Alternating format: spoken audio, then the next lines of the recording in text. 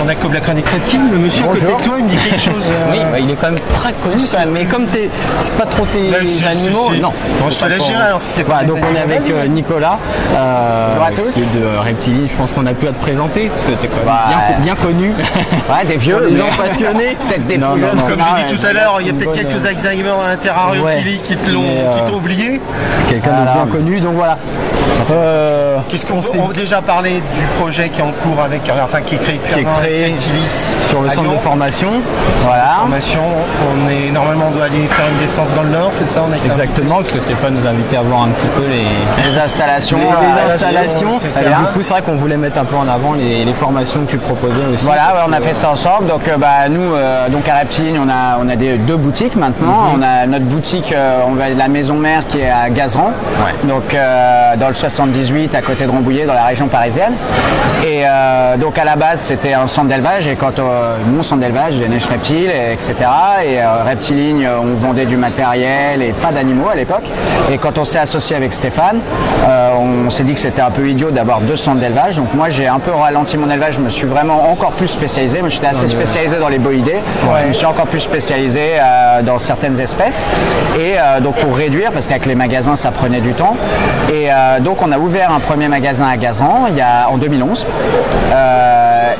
Avec un site de vente en ligne, qu'on avait déjà mais qu'on avait modifié pour pouvoir vendre des animaux, etc.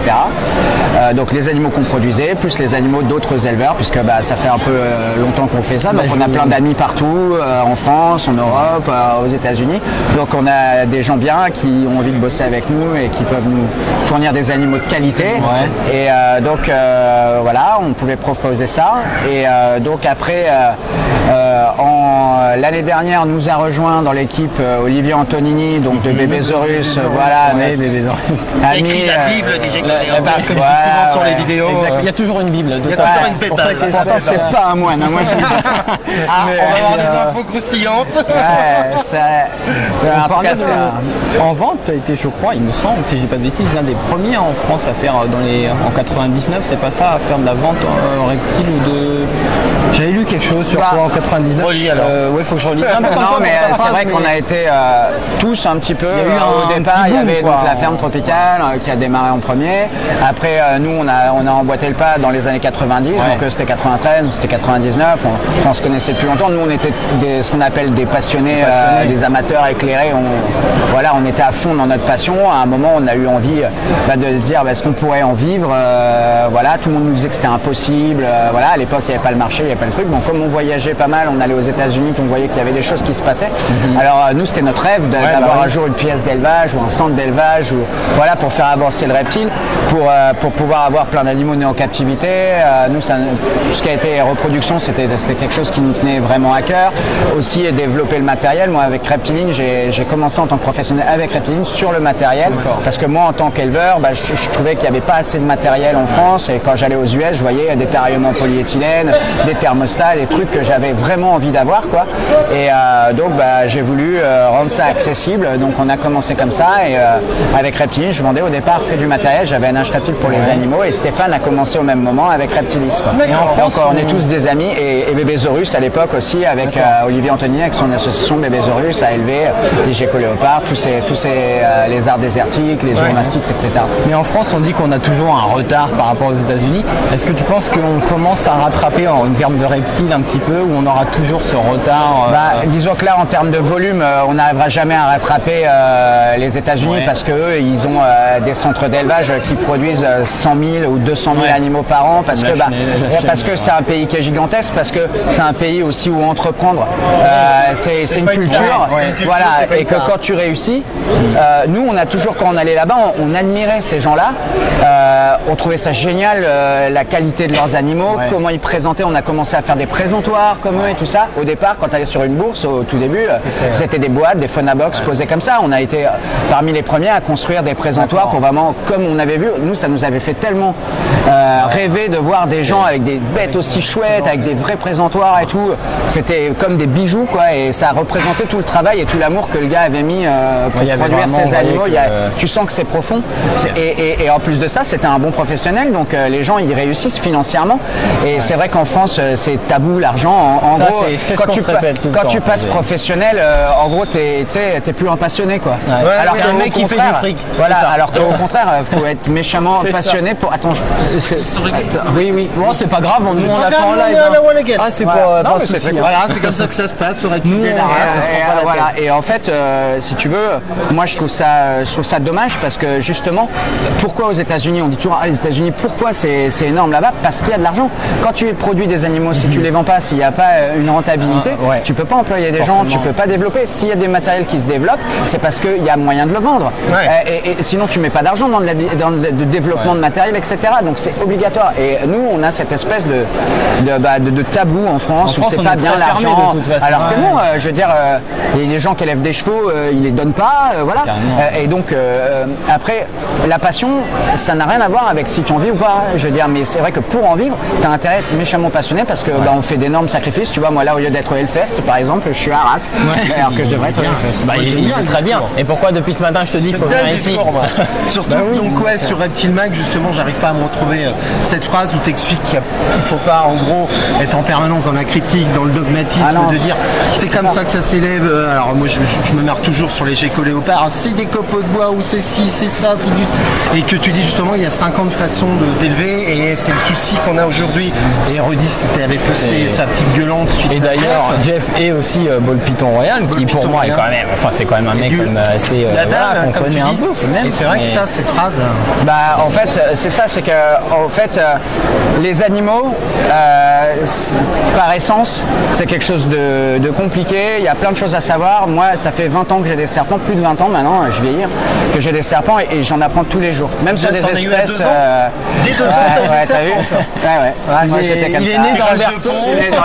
Je suis né dans la jungle. Non, mais c'est vrai que le rock'n'roll, ça conserve. Et la passion aussi. Mais le truc, c'est que c'est vraiment quand tu es vraiment tout le temps avec les animaux, que tu fais vraiment de la thérariophilie, de toute façon, si tu as tendance à être un peu trop fermé, tu te prends des bâches, tes animaux ils meurent. Donc soit tu t'ouvres et tes animaux, tu t'essayes de les observer. Et voilà, moi ce que je dis, c'est qu'il ne faut pas être fermé. Il n'y a pas une façon de faire, il n'y a pas un mode d'emploi pour un animal. Il faut vraiment, on en découvre tous les jours. Il y a des choses qu'on sait aujourd'hui. Il y a 10 ans, on ne les connaissait pas. Il y a 10 ans, sexe ou 15 ans, sexe impogona, c'était impossible. Tout le monde disait c'était impossible, quoi. Et quand Olivier a trouvé comment faire, il y avait plein de gens super sceptiques qui disaient mais c'est faux, c'est des conneries, il fait ça pour vendre plus cher les femelles ou je sais pas quoi, enfin, des trucs à la con qui font qu'on n'avance pas, quoi. Et en fait, il faut être ouvert, et il y a des gens qui trouvent des choses et qui expérimentent voilà. Et moi je dis toujours, au lieu de lire, de passer beaucoup de temps sur maintenant Internet, qui est effectivement une source d'informations sympa, mais on passe trop de temps sur des écrans et pas assez avec les animaux. Or nous à l'époque, on n'avait pas ces écrans et on n'avait pas des tas de mecs qui pouvaient éventuellement répondre à des questions, donc on observait nos animaux et moi je fais toujours ça et je me disais pourquoi il va de ce côté là, pourquoi il mange mieux quand je fais ça ou pourquoi il mange moins bien quand je fais ça, etc. J'essaie de comprendre et d'observer et à force tu développes des techniques et en général tu t'aperçois, et ça c'est vraiment quelque chose moi que j'ai toujours remarqué et que j'ai la chance d'avoir connu toutes mes idoles de la thérariophilie, les barkers avec qui je travaille, etc. C'est des gens hyper simples, c'est des gens hyper... non mais nous on l'a fait franco, il n'y a pas de souci. C'est le reptile. Et en fait, c'est des gens qui sont toujours super simples, super humbles, et ça fait 45 ans qu'ils font de l'élevage, et ils vont te demander comment toi tu fais, ils vont t'expliquer, ils vont être ouverts, ils vont dire tiens tu fais ça, tiens c'est intéressant, moi j'ai jamais pensé à faire ça, etc. Et en fait, tu as tout un cheminement qui se fait, mais au final, la simplicité c'est ce qui marche toujours le mieux. Les gens ils veulent toujours monter des usines à gaz, et particulièrement quand c'est une espèce un peu rare ou un truc un peu machin, et finalement tu fais plus de mal que le bien. Souvent, moi je vois surtout quand on parle de serpent, c'est toujours celui qui a le plus gros. J'ai remarqué ça, tu parles ça, de boa, comme le sexe. C'est ça, mais c'est vrai. Mais ça c'est typiquement masculin, parce que justement moi je dis, je fais un appel, les filles venez dans la terrario, vous êtes plus fines, vous êtes plus sympa, il n'y a pas de ces histoires de c'est moi qui est la plus grosse, regarde on parle de serpent là, d'accord, etc. Le combat de zizi et tout. tout. Non, voilà, justement, faut rester cool, faut rester vraiment au niveau des animaux, faut les aimer surtout. Et quand on les aime, quand on les observe et tout ça, on apprend plein de choses. Et faut surtout pas se laisser mettre la cagoule, comme je dis, avec des dogmes. Non, tu peux pas faire comme ça. Regarde, moi quand je dis aux gens, ils me disent ah mais j'ai lu ci, j'ai lu ça. Je leur dis voilà, votre animal il va bien, il mange bien, il mue bien, il fait bien ses besoins, il fait bien ci et ça. Ouais, il est super. Et bon, alors pourquoi changer? C'est très bien. C'est très bien ce que vous avez fait. Pour cette espèce, parce que toi c'est vrai que ton nom il est souvent associé à tout ce qui est python, Curtus, je les ai beaucoup défendus. Parce qu'ils ont, c'est vrai que ces serpents ont quand même une mauvaise réputation. Voilà. Et dans une vidéo que tu as fait récemment, que j'ai regardé, où tu parles de manipulation, et tu disais effectivement, c'est qu'une question de manipulation, de bien. C'est une question d'approche. Le problème, c'est que c'est des animaux sauvages et les gens veulent, parce que maintenant il y a la terrariophilie et tout, que s'acheter des animaux sauvages et que tout de suite ça marche quoi. À un moment, sans savoir comment ils se comportent, et donc ils se remettent pas en question et ils veulent que les animaux tout de suite les acceptent. Voilà. Alors qu'en fait, il faut comprendre comment ça fonctionne et il faut pas faire des shortcuts, de faire des raccourcis en disant oh là, il a voulu me mordre, alors ça c'est un serpent agressif. Déjà, moi je vous rassure, les serpents agressifs, ça n'existe pas. Tu dis, d'ailleurs, dans je le dis vidéo, tout le temps. Les serpents, soit ils ont peur de vous, il y a deux façons de se faire mordre. Soit c'est parce que c'est des prédateurs, donc on a fait une erreur et il nous a pris pour de la nourriture, donc ça c'est facile à gérer, à les prévenir, etc. Soit parce qu'en fait l'animal est complètement effrayé et c'est normal parce qu'on est énorme, on est des gros prédateurs, on s'approche d'eux, on les fait flipper, surtout quand les gens eux-mêmes ont peur, donc ils s'y prennent pas bien et tout ça, donc l'animal a peur. Il y a une hésitation et tout, et ça c'est fatal, particulièrement sur les espèces sensibles. Donc moi ce que je dis depuis toujours, et c'est mon mentor Frank Scofield qui m'avait démontré ce truc là et tout ça, et c'est vraiment ça, c'est que en fait les animaux ils ont juste peur de nous, il faut les rassurer, et les animaux agressifs n'existent pas, c'est juste des animaux qui ont peur et qui se défendent. Il y en a certains qui ont des défenses passives, ils vont se mettre en boule comme un python aileux, et il y en a d'autres, dès qu'ils se sentent menacés, ils essayent, mais je trouve que par rapport à tout ce qu'on leur fait, je les trouve vraiment super cool, super tolérants, et plus on apprend à les connaître et à se dire attends Kiki, mais rassure-toi et tout ça. Moi quand je vois Curtus qui est en panique comme ça et qui essaie de me charger, je me dis pas ah là qu'est-ce que c'est que ce truc hyper agressif. Tu te poses avec lui en fait. Voilà, le pauvre il a peur, c'est normal, moi je le fais flipper, attends Kiki viens là tranquille, tu le prends, tu le rassures, et après dès que l'animal il a compris que tu n'étais plus un danger pour lui, fouf. Et ça c'est le cas pour tous les serpents, toutes les espèces soi-disant agressives, etc. C'est des serpents qui ont peur. Et à partir du moment où on les rassure et où on travaille dans ce sens-là, n'importe quelle espèce de serpent, tu peux en faire ce que tu veux. Et il peut être super cool et tout ça. Et ça, c'est aussi vraiment au niveau du bonhomme que ça se joue. C'est ce que tu dis aussi dans une vidéo, que tu disais qu'il y avait, tu voyais depuis des années beaucoup de gens qui font de la terrariophilie et que 80% en fait avaient peur des morsures. Ouais, tout à fait. Que... Les trois quarts des mecs, ils veulent des serpents, mais en même temps, ils sont toujours sur la défensive. Donc en fait, forcément, ils mettent les animaux sur la défensive. Donc sans comprendre, et quand justement, on va en venir, vous me posez la question sur les formations, donc on fait des formations là-dessus. Donc c'était au tout début de la question. On a monté donc ce centre de formation avec Stéphane, enfin c'est pas un centre, mais c'est plus un concept de formation. Voilà, aidé de Charlotte Hubler, donc qu'on connaît depuis longtemps et qui a un peu la même vision que nous dans l'ouverture d'esprit, que ce soit sur les conditions de maintenance, surtout sur la manipulation, sur tout ça. Vraiment rester ouvert et travailler dans ce sens-là. Donc ce qu'on fait au niveau des formations sur la manipulation, c'est déjà explique aux gens ce que c'est qu'un serpent. La plupart des gens, ils savent pas ce que c'est qu'un serpent. Ils ont du mal à... Ouais, ils baillent. C'est beau. Mon discours doit être un peu chiant. Ils s'emmerdent. J'ai l'impression qu'ils s'emmerdent. Mais en fait... c'est vraiment ça, c'est que les gens, comme en plus c'est des animaux qui n'ont pas des signes de leur ressenti intérieur très visible à l'extérieur, comme un chien qui baisse les oreilles, ou un cheval, ou un perroquet qui va s'ébouriffer, etc. Les gens, tiens, oh là là, comment ils me regardent, qu'est-ce qui se passe, plus toute la mythologie qu'il y a autour des serpents qu'on subit depuis qu'on est tout petit, attention, voilà, etc. C'est dans notre nature de nous faire flipper avec ça. Donc les gens partent déjà avec des a priori. Donc là, on essaye de virer tous les a priori et de faire de l'éthologie. C'est pas de l'anthropomorphisme, hein, mon petit bibi, c'est de l'éthologie, comprendre pourquoi l'animal réagit comme ça. Et les gens, on leur demande, on leur montre des choses, on dit voilà, qu'est-ce que vous pensez? À votre avis, dans quel état est le serpent? Regardez, voilà, ah bah là, moi je pense que bah là il a peur, donc je leur apprends à observer tous les signes physiques qu'on peut voir, comment un serpent tire la langue. Avec les années d'observation et tout ça, maintenant dès que je vois un serpent, quelle que soit sa position, la manière dont il va bouger sa tête, positionner sa tête, tirer sa langue et tout ça, je sais tout de suite s'il est inquiet, s'il est calme, s'il a plutôt en prédation, voilà. Donc du coup, je vais l'aborder d'une telle ou telle manière, et ce qui fait que ça va se passer super bien, alors qu'une autre personne peut-être aura eu un moment de recul, serait fait mort, ou quoi que ce soit. Il y a aussi le fait d'être calme. Voilà, ça c'est à 100%, ça marche sûr et certain. Quoi, dès que tu n'as pas calmé, voilà. Jeff, c'est vrai que quand voilà. on voit, il est très... Et tous les gens qui, en général, qui aiment vraiment les serpents, donc qui les comprennent dans un sens, sont toujours calmes.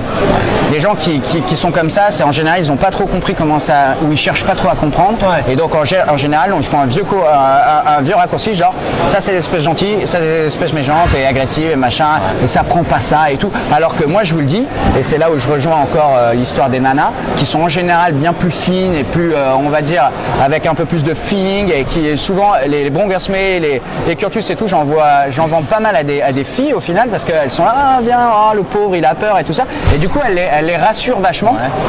Et du coup les animaux se sentent bien, plutôt que d'y aller à la gros bourrin, genre vas-y, attends, vas-y, attrape-le comme ça, et que le machin devienne à moitié hystérique et tout ça, quoi. En fait, ça demande un peu de finesse, et c'est bien d'ouvrir le débat de ce côté-là, et d'essayer de comprendre pourquoi les animaux réagissent comme ça, et de les rassurer et tout. Et à partir du moment où l'animal est en confiance, mais c'est la même chose avec n'importe quel animal. J'ai travaillé avec beaucoup d'autres animaux, et c'est la même chose pour n'importe quel animal. Il y a des règles à suivre, il faut le comprendre son comportement, pourquoi il fait ci, pourquoi il fait ça. En plus, là, on parle de prédateurs, donc c'est des animaux qui chassent, donc il y a aussi des choses à savoir à ce propos-là, etc. D'accord. Et ben, ça, c'était du 1. Voilà, c'était un pur moment de bonheur. Avec plaisir. C'est toujours un plaisir de parler. Merci pour vous.